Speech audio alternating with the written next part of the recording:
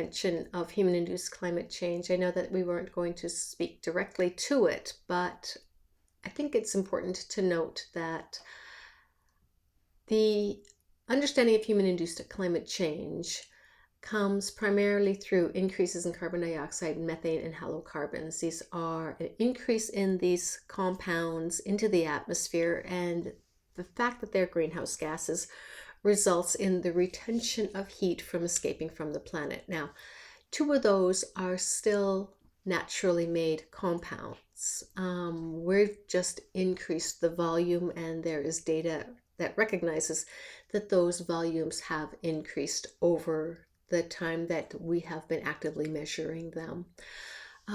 If you are uncertain on human-induced climate change, I'd be happy to have a conversation with you about them and discuss human-induced climate change and what we know about it to date further. But because it has been extensively covered in high school, K to 12, providing you with natural climate change really is where the purview of this conversation has been and the intent of this course to date. So moving on from that then, recognizing what we know both about human-induced climate change and natural climate change has come from global circulation models, or GMCs, and the Interpanel on Climate Change, or pardon me, the Intergovernmental Panel on Climate Change. So global circulation models are a series of computer-generated models, and there are several of them that are in investigation, and they get changed and modified to see if the compounds and the conditions that are being investigated change the nature of how climate changes over time. Now, I haven't said it yet, but climate change is not equated to a warming planet. Climate change can be cooling as well. What you are doing is seeing a change in a current condition into a new condition. So we have spoken colloquially across the planet as climate change being solely warming, but it is just a little bit of an erroneous term because of that. We are seeing natural climate warming occurring, which is why we've sort of lumped that term in with global warming. This is probably a good time to also mention that global change in terms of a planetary warming system does result in changes across different geographic areas. So some places are actually going to get cooler. Some places are actually going to get wetter, and some places are actually going to get drier. The same scenario exists if we were under a globally cooling condition, that some places will get warmer and some places will get wetter and some places will get drier as a result as well. That's important to note because we need to appreciate why under a warming condition, certain places can actually become functionally cooler, and why under a cooling climate, some places are actually going to get warmer. And we'll have a little bit of a discussion about that with the next slide coming up. But we know that change across our planet exists because the global circulation models are used as predictive tools to determine how different locations are going to end up responding to perhaps increases in CO2 or changes in cloud cover or the changes in ocean temperature and salinity. Those are all different variables, as well as a number of other variables that a model could explore to understand how the temperature and the climates across our planet may change in the future.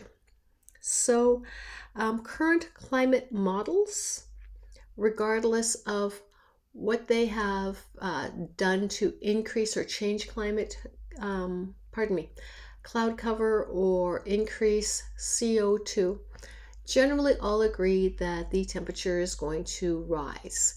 And the difference is how much rise in temperature is going to be appreciated, and at what rate that change is going to take place. As I said at the start of this micro slide set within this larger unit, if you're curious and interested, I can send you to some very good websites. And if you're really wanting to get into the weeds with this, I'd be happy to have a conversation with you. So anyway, global circulation models are mathematical prediction models. And again, those predictions are coming from the patterns that we have come to learn from decades of taking first-hand data and decades and centuries and millennia of proxy data. So that is what has come about. Now, the Intergovernmental Panel on Climate Change then is a group of scientists who examine work that include paleoclimatology, pardon me as I'm tripping over my words, and the GMCs, those models, and direct testing of data to try to determine what is going on climatologically. And they report their findings to each other to assess future climate conditions. So there is a group there that does not work directly with each other, but comes together to discuss their findings. So that is out there in the ether.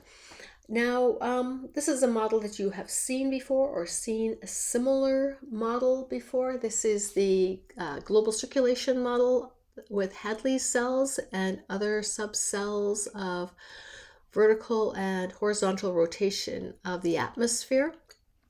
This is important because when we increase or decrease the energy/heat of our planet, those cells are going to change in velocity. They're going to then also change the nature of the wind and how much we're going to move parcels of air that may or may not have any moisture included in them. So I'd like you to consider that at the equator, that's that red horizontal line that's going across the globe. The sun is going to pass over that location twice a year. It's going to be no further than 23.5 degrees north and 23.5 degrees south from the equator. So it's relatively close all year round. That means that part of the planet is going to get the most intense sunlight. And because it's getting the most intense sunlight over the bodies of water, in this case, we're looking at the Atlantic Ocean, but the Pacific and Indian Ocean as well. Those bodies of water are going to heat up. As they heat up, they're going to generate more cloud cover. More cloud cover then is going to result in two things. Those Hadley cells are going to become more rapid and more robust as we add energy both from the sun and from the evaporated water that is coming out of those ocean bodies. And we're going to then circulate energy across the planet much quicker. So that's part one. Part two is we've got this big band of clouds now that has always been in and around the equator as long as we've got an ocean body that's sitting there. And we know that clouds are white, so we're going to reflect a lot of energy back out into the higher atmosphere and into outer space. If we're generating more clouds, there's going to be more reflection. Now, you know that clouds also insulate temperature beneath that cloud. So even though we're getting less sunlight in, we're still retaining heat below that cloud mass. So we're generating a condition of at higher altitude. We're going to see some snowfall, maybe some glacier production over time, but lower elevations, we're going to see warmer conditions at the equatorial region. Those clouds then are going to start to migrate northward in that Coriolis effect, and the bigger the cloud, the more rain and or snow we're going to distribute to higher latitudes, so in towards North America, in towards parts of Africa and Asia, and then certainly in the southern hemisphere towards South Central Africa, into Australia, into South America. More precipitation is going to be redistributed. So in places like Northeast Ohio, the global circulation models that are predicated on this dimensional model that you're seeing here is we're going to see places that are going to be drier. Texas, Arizona, New Mexico are predicted to get drier, but at the same latitude, because of the Coriolis effect, we're supposed to see greater volumes of precipitation coming into Mississippi, Alabama, Florida. We're supposed to see greater introduction of more moisture into our part of North America. Ohio, New York, Pennsylvania, Indiana, and Illinois will all see more water as well coming through in terms of precipitation. Some of that's going to come from evaporation from the Great Lakes, but most of it's going to come out of the Atlantic and from the mid-Atlantic, where we are evaporating all these large volumes of water. So you've got that under a warming condition. Historically, when the planet cooled, and in the deep future, when this is going to be a cooling planet again, we'll see retraction of those Hadley cells. We're going to have less evaporation, which means that places like the Sahara Desert, which is on your screen, are going to expand a little bit. There's not going to be as much moisture coming into that area. It'll be a cooler but dry environment, for instance. So those are the kind of phenomena that we'll see. Under a cooler environment, Ohio will have less moisture. Because those clouds just aren't going to push this far inland, that there's not going to be as much heat and lift over the Great Lakes to generate that lake effect snow that we know so well in this environment. So it cuts both ways, all right, folks? So amongst the last things that I want to introduce you to, if you've not heard before, or remind you if you have heard before, is something called a feedback mechanism. There are positive feedbacks and there are negative feedbacks. And these work in social science, they work in physics, they work in biology. We see feedback mechanisms in business.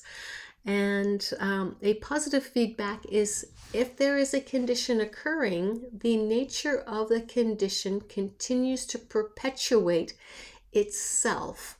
So if we've got a warming climate, and in this case, the warming climate is going to melt more ice, then there's going to be more dark surface. More dark surface means a lower albedo. A lower albedo is going to mean more heat retained. More heat retained means more ice is melted. More ice melted means greater volume of heat because there's more dark surface.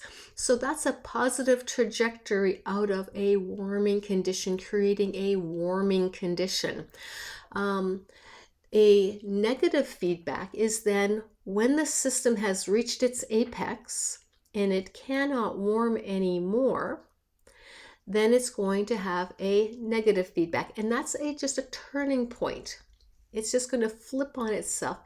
And the condition's going to start to maybe generate more snowfall. Remember, we've put a lot of clouds in the atmosphere with a warming planet. So those clouds then are going to have to start to precipitate that moisture out.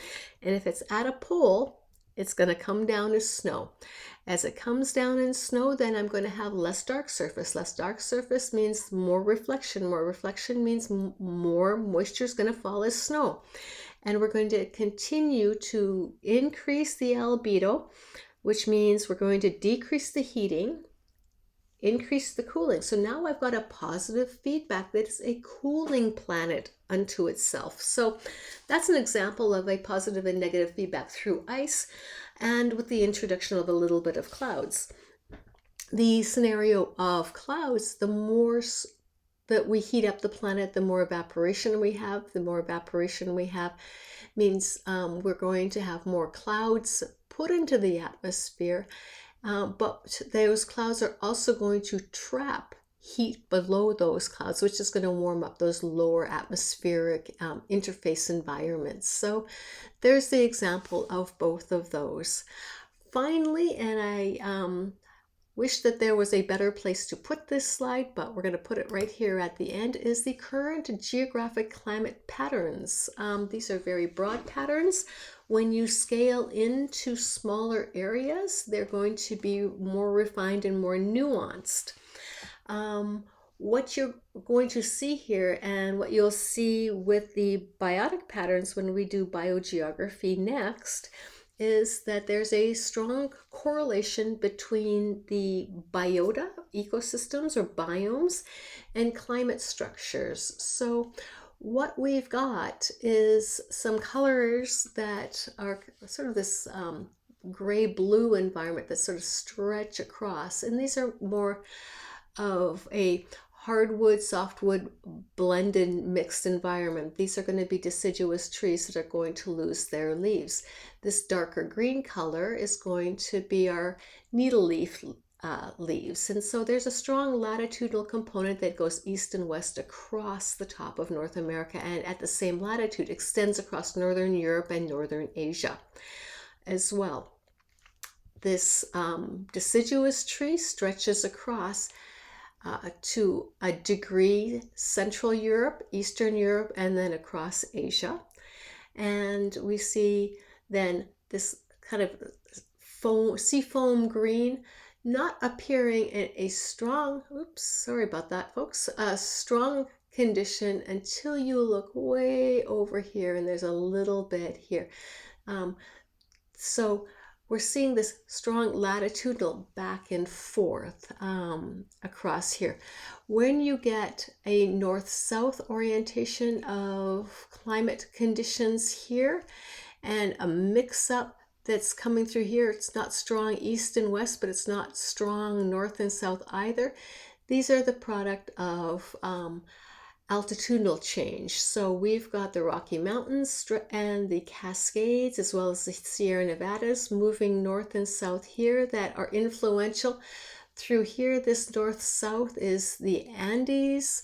Across here, we have the Himalayas and the Hindu Kush and a series of other mountain ranges that are all impacting the east-west orientation of these climate zones. They're interrupting moisture, they are decreasing temperature with elevation. So you've got a little bit of that occurring. Reaching past those mountains, we then reintroduce a strong east-west patterning again. So you've got that sort of conditioning happening. Just for reference here, this deep blue color, those are our rainforest environments, or where we're getting the heaviest volume of rain. And then as we get into this lighter colors, then the rain volumes change somewhat. But I wanted you to recognize that. These are current conditions. These are measured through 1991 through 2020. And if we were in a cooling planet, the patterns would be slightly different than this. We would see, for instance, this sort of lime green color would be just hugging the coastline and into Florida. This sea foam would be sitting down here around Missouri and Alabama. The sort of light gray blue color would sit down through Tennessee and the Carolinas, and then this green color would be hugging all the way down to Kentucky as a result. I'm using North America because most of us know North America better than other parts of the planet. So hopefully that'll give you a little bit of a benchmark as climates are moving and changing. This orangey color is expanding eastward. The lime green color is pushing northwards, and these reds and oranges are also pushing northeast as well. So that gives you a little bit of understanding how geographically a climate zone is going to expand or contract across the planet. So that's the current conditions with some synopsis for a warming planet. Under that, this last slide that I have for you is a model of the climate zones from present through to 7K and then through to pardon me as I'm stuttering over my words, 20,000 K. So that dark purple would been a glacial mass. The light purple next to it is periglacial, and then we've got a fuchsia color, which is more like a tundra. And you can see this deep green right here is very much what the forest structure that we have 7,000 years ago, which are our deciduous forests today. This has now moved a little bit farther north. That purple color is almost, it has been exhausted except for the highest reaches of the Arctic there. And that the sort of light purple color, the periglacial, is now almost exhausted as well in North America. But you can see the recession of cooler climates northward and the advance of warmer climates also northward. The yellow coloration in this map, you see hugging Baja, modern day Baja, I should say, through to northern Mexico, Texas, Arizona, and New Mexico. We see an expansion of that all the way up the eastern slopes of the Rocky Mountains into southern Canada. So that's a large expansion of an arid to a semi-arid landscape that's occurring, and we would be looking at further expansion of that yellow zone into Kansas, for instance, into Oklahoma, into the Dakotas. So again, lots of great models online if you want to take a look at them, or if you're curious what the global circulation model predictions are, and hear how close they are, the global circulation model predictions of 15-20 years ago for today happen to be. That evidence is out there as well. So I hope this was insightful. If you want to have a conversation, if some of this is a question mark for you, if you want to learn more, reach out to me. I am more than happy to discuss this topic with you. Have a great evening. Take care. Bye now.